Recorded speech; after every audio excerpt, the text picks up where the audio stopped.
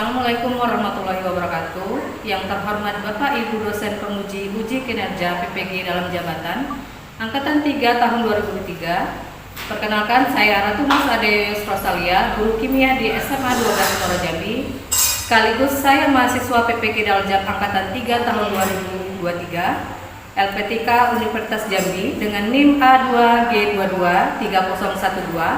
Pada hari ini akan melaksanakan video uji kinerja di kelas 11 atau fase F di SMA 12 Muara Jambi dengan materi asam basa. Berikut video pembelajaran uji kinerja saya. Terima kasih. Wassalamualaikum warahmatullahi wabarakatuh. Assalamualaikum warahmatullahi wabarakatuh. Waalaikumsalam warahmatullahi wabarakatuh. Kak, bagaimana kondisi kalian hari ini? Alhamdulillah. Sebelum kita mulai pelajaran hari ini, baiklah kita berdoa dulu. Aris, ibu minta tolong pimpin doanya. Semua siap. Doa dimulai. Bismillahirrahmanirrahim. Raditu billahi rabban wa bil islami dinan wa bil Muhammadin nabiyyan wa rasulan. Rabbana zidna ilma warzuqna fahma waj'alna min ibadikas sholihin. Doa selesai, beritakan. Assalamualaikum warahmatullahi wabarakatuh. Waalaikumsalam warahmatullahi wabarakatuh. Gimana kehadirannya sekretaris Cynthia? Berapa orang yang nggak masuk? Dua, siapa aja? Ahmad sama Rafian. Jadi berarti yang lain masuk ya. Oke. Siap hari ini untuk belajar, nak? Siap. Nah, hari ini kita akan mempelajari tentang indikator alami asam basa. Sebelumnya, hari Minggu kemarin, kita sudah mempelajari tentang apa? Ya, kemarin teori asam basa. Coba diulang kembali, apa itu teori asam basa? Teori rantai Arrhenius adalah asam zat di dalam lautannya menghasilkan ion H+, sedangkan basa zat yang di dalam lautannya menghasilkan ion OH-. 2. Teori Bronsted-Lowry adalah asam proton donor memberi H+, sedangkan basa proton aseptor menerima H+. 3. Teori Lewis, asam menerima pasangan elektron, sedangkan basa memberi pasangan elektron. Ya, berarti ada tiga kemarin, nggak usah dibahas lagi ya, yaitu Arrhenius, Bronsted-Lowry, dan Lewis. Nah, sekarang kita lanjutkan ke materi selanjutnya, yaitu tentang indikator alami asam basa. Nah, coba lihat gambar ini. Ada deterjen, terus ada nanas, sampo. Nah, ini adalah contoh dari asam basa yang ada di kehidupan kalian sehari-hari. Nah, coba lihat. Misalnya ada deterjen, ada jeruk, ada apa lagi kan? Nanas, sampo. Nah, itu nanti kalian mengidentifikasi apakah itu asam atau basa. Tujuan pelajaran ini yaitu kita bisa merancang dan membuat indikator alami asam basa dengan menggunakan bahan sekitar. Terus yang kedua, nanti kita menganalisis yang tadi asam basa itu menggunakan indikator yang kita buat. Nah, coba lihat. Ini nih ada dua gambar. Ya. Yang ini ada contohnya apa nih? Jeruk. Yang ini sabun. Nah, coba lihat manakah yang merupakan asam dan basa? Asam yang jeruk. Asam yang jeruk, Basa yang sabun. basa yang sabun. Kok tahu kalian kalau jeruk itu asam, sabun itu basa? Kalau Email? basa itu pahit. Heeh. Terus kalau asam itu dia masam. Iya, itu berarti kan dari rasanya. Bagaimana kalau asam sulfat kalian cicipi? Kira-kira Betul atau tidak kalau dicicipin? Erul? Kalau asam sulfat zat yang berbahaya bisa dicicipin? Enggak kan? Jadi kalau cuman jeruk, cuman deterjen pun masa kalian cicipin, ya? Berarti secara umum untuk mengetahui asam dan basa itu dengan cara mencicipinya. Tapi kalau dengan zat berbahaya kita mungkin kan? Nah inilah, berarti ada masalah di situ bagaimana kita pakai indikator yang bisa menentukan asam atau basa. Nah ini ada video.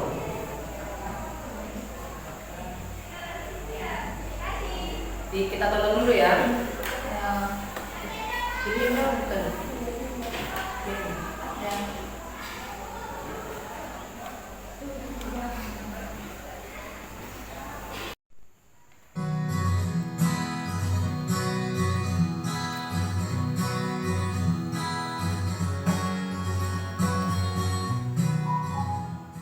Dalam kehidupan sehari-hari, ada banyak sekali zat yang merupakan senyawa asam dan basa. Contohnya, lemon dan air aki yang merupakan contoh senyawa asam, atau sabun dan sirih yang merupakan contoh senyawa basa. Untuk senyawa asam, apabila kita cicipi akan terasa asam dan akan terasa kesat di tangan. Sedangkan untuk senyawa basa, jika kita cicipi akan terasa pahit dan terasa licin ketika mengenai tangan. Pertanyaannya, bagaimana cara kita mengenali zat asam dan basa? Apakah harus kita cicipi dan kita pegang? Nah, untuk mengenali suatu zat bersifat asam atau basa, kita tidak boleh sembarangan mencicipi atau memegangnya, karena akan sangat berbahaya. Contoh, asam sulfat dengan rumus molekul H2SO4 dalam kehidupan sehari-hari digunakan sebagai air aki. Nah, bila asam sulfat ini terkena tangan, maka tangan kita akan melepuh seperti luka bakar, dan bila terkena mata, akan menyebabkan kebutaan. Contoh lain, natrium hidroksida dengan rumus molekul NaOH banyak digunakan untuk membersihkan saluran air bak cuci, yang apabila terkena tangan, akan terasa licin dan gatal-gatal, serta tangan mudah terluka atau teriritasi. Nah, maka bagaimana cara kita mengidentifikasi suatu zat bersifat asam atau basa? Nah, cara yang tepat untuk mengidentifikasi asam dan basa adalah dengan menggunakan zat petunjuk yang disebut dengan indikator atau dengan menggunakan alat yang disebut pH meter. Nah, kita bahas indikator asam basa terlebih dahulu. Indikator asam basa adalah zat yang dapat memberikan warna berbeda dalam lingkungan asam dan basa. Nah, ada beberapa indikator yang bisa kita gunakan untuk mengidentifikasi asam dan basa, yaitu kertas lakmus, indikator universal yang bisa berupa kertas strip dan indikator larutan, serta indikator alami yang bisa diperoleh dari tanaman di sekitar kita. Berupa kertas yang di dalamnya terkandung senyawa organik yang dapat berubah warna pada kondisi asam dan basa. Ada dua jenis kertas lakmus, yaitu kertas lakmus merah dan kertas lakmus biru. Nah, cara penggunaan kertas lakmus ini sangat mudah, yaitu dengan mencelupkan kertas lakmus ke dalam larutan uji.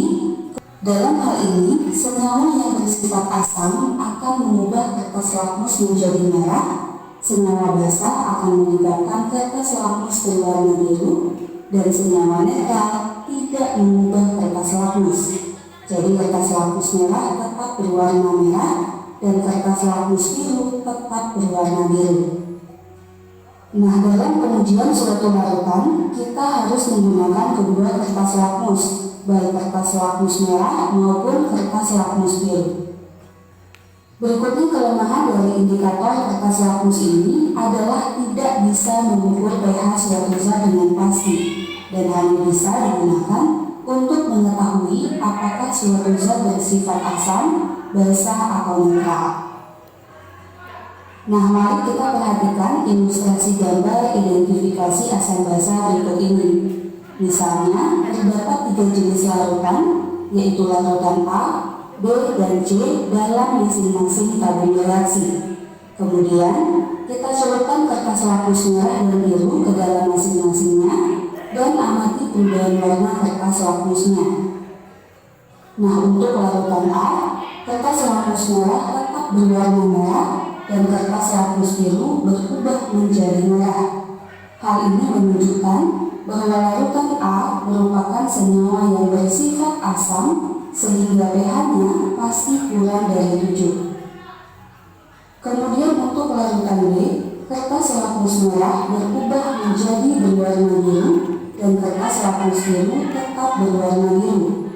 Nah, hal ini menunjukkan bahwa larutan B merupakan senyawa basa sehingga pH-nya pasti lebih dari 7. Selanjutnya untuk larutan C, kedua kertas lakmus yang kita gunakan tidak berubah warna, di mana kertas lakmus merah tetap berwarna merah dan kertas lakmus biru tetap berwarna biru. Nah, hal ini menunjukkan bahwa larutan C merupakan senyawa netral, sehingga pH-nya adalah 7.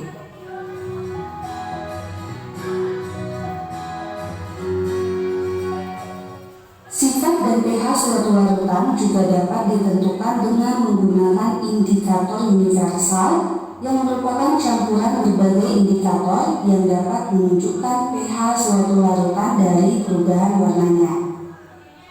Nah, indikator universal ini ada 2 jenis, yaitu indikator universal berbentuk kertas strip dan indikator berupa larutan. Bahwa warnanya menunjukkan dari video tadi, jadi kita bisa menggunakan indikator alami untuk menentukan asam dan basa. Jadi nanti ibu bagi kelompok kalian, jadi ibu minta ketuanya di situ Dinda, terus ini Cynthia, yang ini email. Ya, nanti ibu bagi anggota kelompoknya. Jadi kalian nanti diskusi kelompok untuk merancang percobaan indikator alami, ya. Jadi indikator alami jadi yang kalian tentukan apa. Terus nanti ibu memberikan LKPD. Jadi di sini sudah ada bagaimana kalian merancang alat kerja dan bahan, terus cara kerjanya. Jadi kalianlah yang merancang indikator alami. Nah, ini ibu bagikan KPD-nya.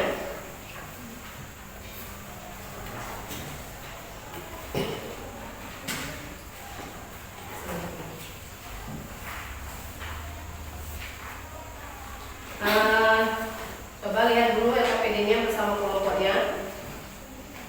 Di situ ada tujuan proyek, alat bahan dan cara kerja. Coba kalian diskusikan dulu kira-kira kapan jadwalnya, terus mau dikerjakan di rumah atau di lapor boleh.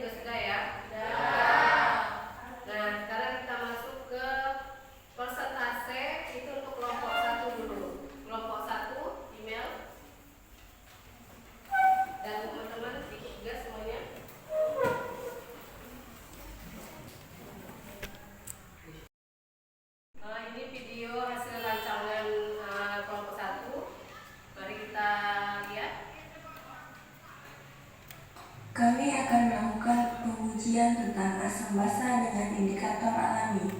Dengan bahan indikator alami yang kami gunakan yaitu kunyit. Sampel yang akan diuji yaitu ada cuka, air mineral, soda, air lemon, dan air deterjen.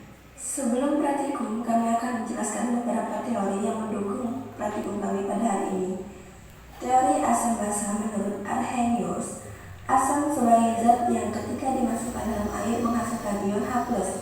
Basa sebagai zat yang ketika dimasukkan dalam air menghasilkan ion OH-. Teori asam basa menurut Browns dan Morley. Asam adalah zat yang memberikan ion H+ atau donor proton. Basa adalah zat yang menerima ion H+ atau akseptor proton. Teori asam basa menurut Lewis. Asam merupakan akseptor pasangan elektron. Basa merupakan donor pasangan elektron. Sifat asam: berasam asam, terasa sangat perih bila terkena kulit, korosif, bereaksi dengan logam-logam tertentu menghasilkan gas hidrogen, bereaksi dengan batu kapur CaCO3 dan soda kue NaHCO3 menghasilkan gas karbon dioksida, bereaksi dengan kertas lakmus dan mengubah lakmus biru menjadi merah. Sifat basa: berasa pahit, terasa licin di kulit atau kaustik, bereaksi dengan minyak dan lemak, bereaksi dengan kertas lakmus dan mengubah lakmus merah menjadi biru, bereaksi dengan asam menghasilkan garam dan air. Indikator asam basa adalah zat-zat warna yang mampu menunjukkan warna berbeda dalam larutan asam dan basa. pH adalah suatu parameter yang digunakan untuk menyatakan tingkat keasaman larutan. Asam memiliki pH kurang dari 7, netral memiliki pH sama dengan 7, basa memiliki pH lebih dari 7. Cara kerja dengan indikator kunyit. Alat yang diperlukan dalam praktikum ini ada pipet, wadah, pisau, lumpu, saringan, dan bahan utamanya ada kunyit. Sebelum memulai pengamatan, indikator alami kunyit harus dibersihkan terlebih dahulu dan dicuci dengan air yang mengalir untuk memastikan bahwa kunyit benar-benar bersih. Setelah proses pengupasan, dilanjutkan dengan proses selanjutnya yaitu penumpukan kunyit. Untuk memudahkan dalam menumbuk, potong kecil-kecil terlebih dahulu kunyit. Namun, jika ingin lebih praktis dan lebih mudah, boleh menggunakan blender atau chopper yang ada di rumah. Masukkan juga sedikit air agar lebih mudah dalam menumbuk. Tumbuk terus-menerus kunyit sampai mengeluarkan sedikit air. Jika sudah mengeluarkan sedikit air, tandanya sudah bisa untuk disaring. Lalu saring satu demi satu di gelas yang sudah disediakan. Jika sudah ditaruh dalam gelas, mari kita mulai percobaan pertama. Air cuka. Di sini kami meneteskan 5 tetes air cuka. Mohon maaf dengan peletakan kertas kami yang salah, namun setelah itu kami perbaiki. Percobaan kedua, kami memasukkan soda ke dalam indikator alami kunyit. Kami menaruh soda sedikit, hanya 2 cumpuk jari saja. Terlihat jelas perubahan indikator alami kunyit setelah dimasukkannya soda dari kunyit yang kuning muda menjadi kunyit yang kuning tua. Di sini saya aduk-aduk agar lebih merata perubahan warnanya.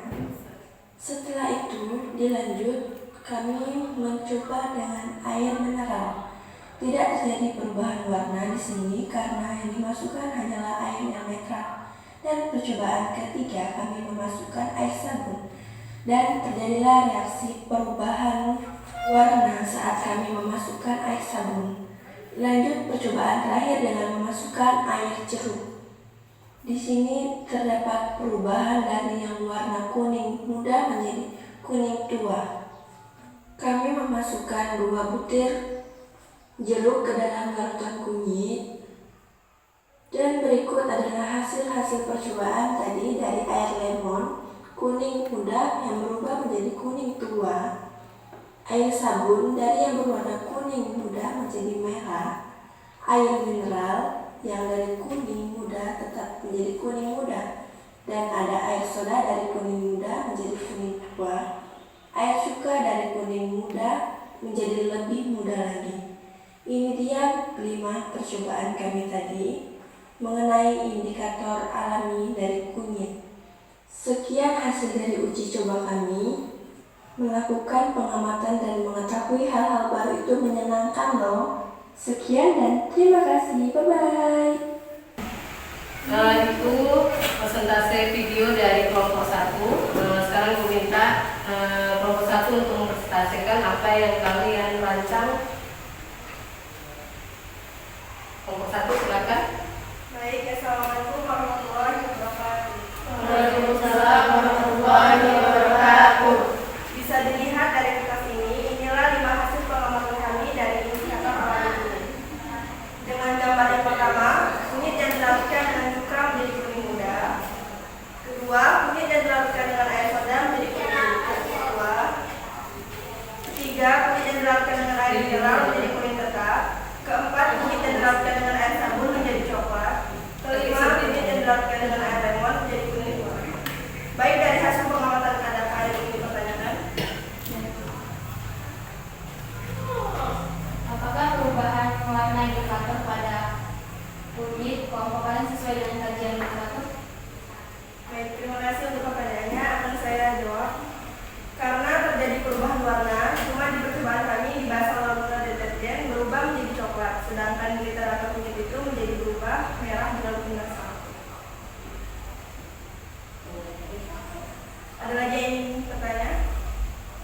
Ada yang ingin ditanyakan lagi, Nak? Gak ada?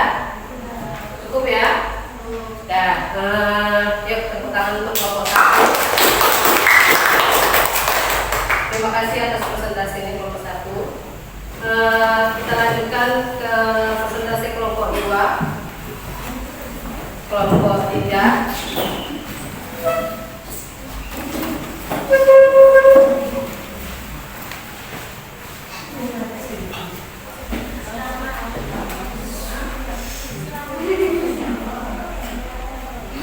Sampai penghabisan.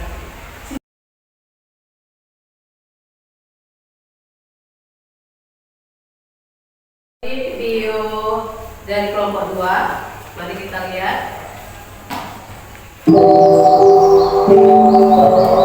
Assalamualaikum, hai guys, kami dari kelompok 2 akan melakukan percobaan tentang indikator asam dan basa. Bahan alami yang kami gunakan yaitu buah naga. Pertama-tama potong buah naga lalu dimasukkan ke dalam wadah, setelah itu tambahkan air dan diaduk. Tunggu beberapa menit, kemudian saring buah naganya, usahakan ambil airnya saja. Kemudian teteskan satu persatu air buah naga ke dalam masing-masing gelas ukur yang berisikan air soda, air cuka, air mineral, dan air jeruk dengan takaran yang sama, lalu diaduk-aduk. Nah, jika dimasukkan ke dalam larutan asam atau netral tidak dapat berubah, tetapi pada air deterjen akan berubah warna menjadi ungu karena mempunyai sifat basah, maka dia akan berubah warna seperti itu. Dan inilah hasil percobaan kelompok kami.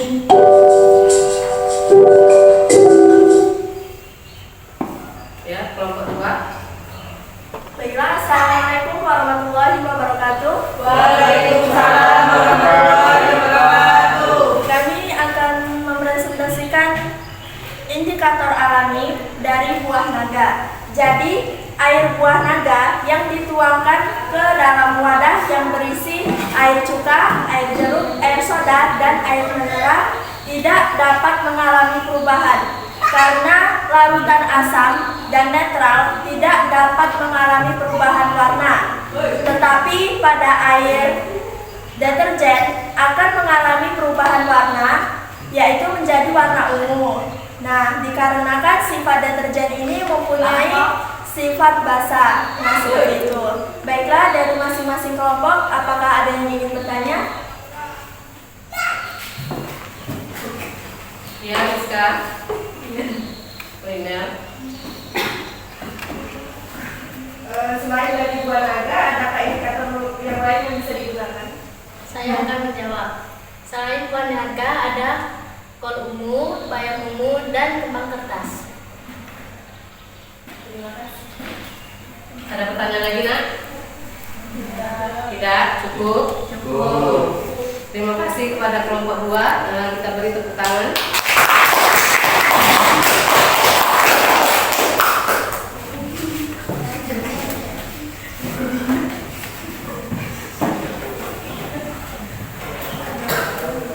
Dan sudah semua kelompok presentasikan apa yang kalian rancang tadi, terus kalian analisis ke dalam larutan apakah dia asam atau basa.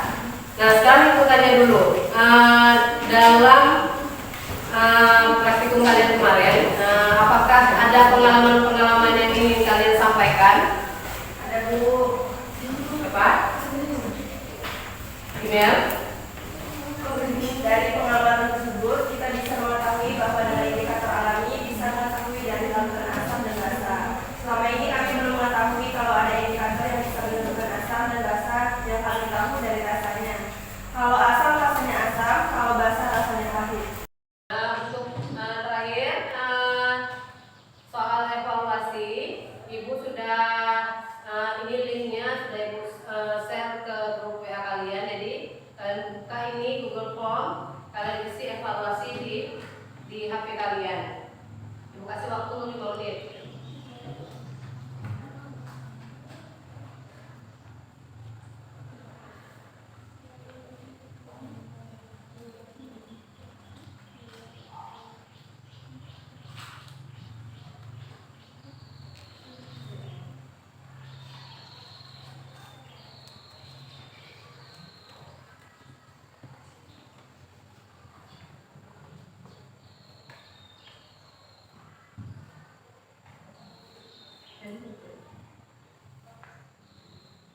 Dan waktunya sudah habis. Kita lanjutkan dulu ini ke sini ya. Kesimpulan dari materi hari ini, indikator alami asam dan basa. Kira-kira siapa yang mau menyimpulkan? Ayo.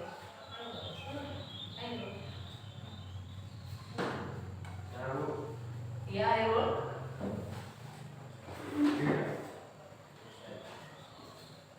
Kesimpulannya itu, satu, indikator alami mudah didapatkan karena banyak terdapat di lingkungan di sekolah dan lingkungan sekitar. Dua, warnanya sangat mencolok. Kelemahannya, satu, indikator alami kurang stabil untuk perubahan warnanya. Jadi kami dari kelompok 2 akan menyampaikan kesimpulan tentang kelebihan dan kekurangan dari indikator alami atau bernaga. Kol ungu bayam, ungu kembang kertas. Baik, tadi sedikit kesimpulan dari Khairul, dengar kan? Kelebihan dan kekurangan dari indikator alami asam basa. Kalau kelebihan tadi apa? Banyak ditemukan di luar sekitar sekolah, di lingkungan rumah. Itu kelebihannya, jadi gampang kan untuk membuat ekstrak indikator alaminya. Terus kelemahannya apa nah? Indikator alami kurang stabil untuk perubahan warnanya. Ya, walaupun yang kita pakai indikator alami misalnya kunyit, itu kan warnanya mencolok ya, warnanya mencolok. Tapi pada saat perubahan warna itu biasanya ada yang tidak stabil. Contoh kelompok email, itu di kunyit yang di larutan basah seharusnya merah kecoklatan, tapi di kelompok email adalah coklat. Mungkin itu kurang stabil, oke? Mungkin itulah kesimpulan yang bisa kita ambil hari ini untuk indikator alami asam dan basa. Jadi untuk minggu depan itu adalah materinya pH asam dan basa. Oke, bagaimana hari ini untuk materinya? Perasaan kalian apa? Sedih, bahagia, senang, jujur ya. Baiklah, untuk kali ini mungkin cukup mata pelajaran Ibu. Kita akhiri dengan Assalamualaikum warahmatullahi wabarakatuh. Waalaikumsalam warahmatullahi wabarakatuh. Ibu minta doanya Aris pimpin doa pulang. Siap. Doa dimulai. Bismillah.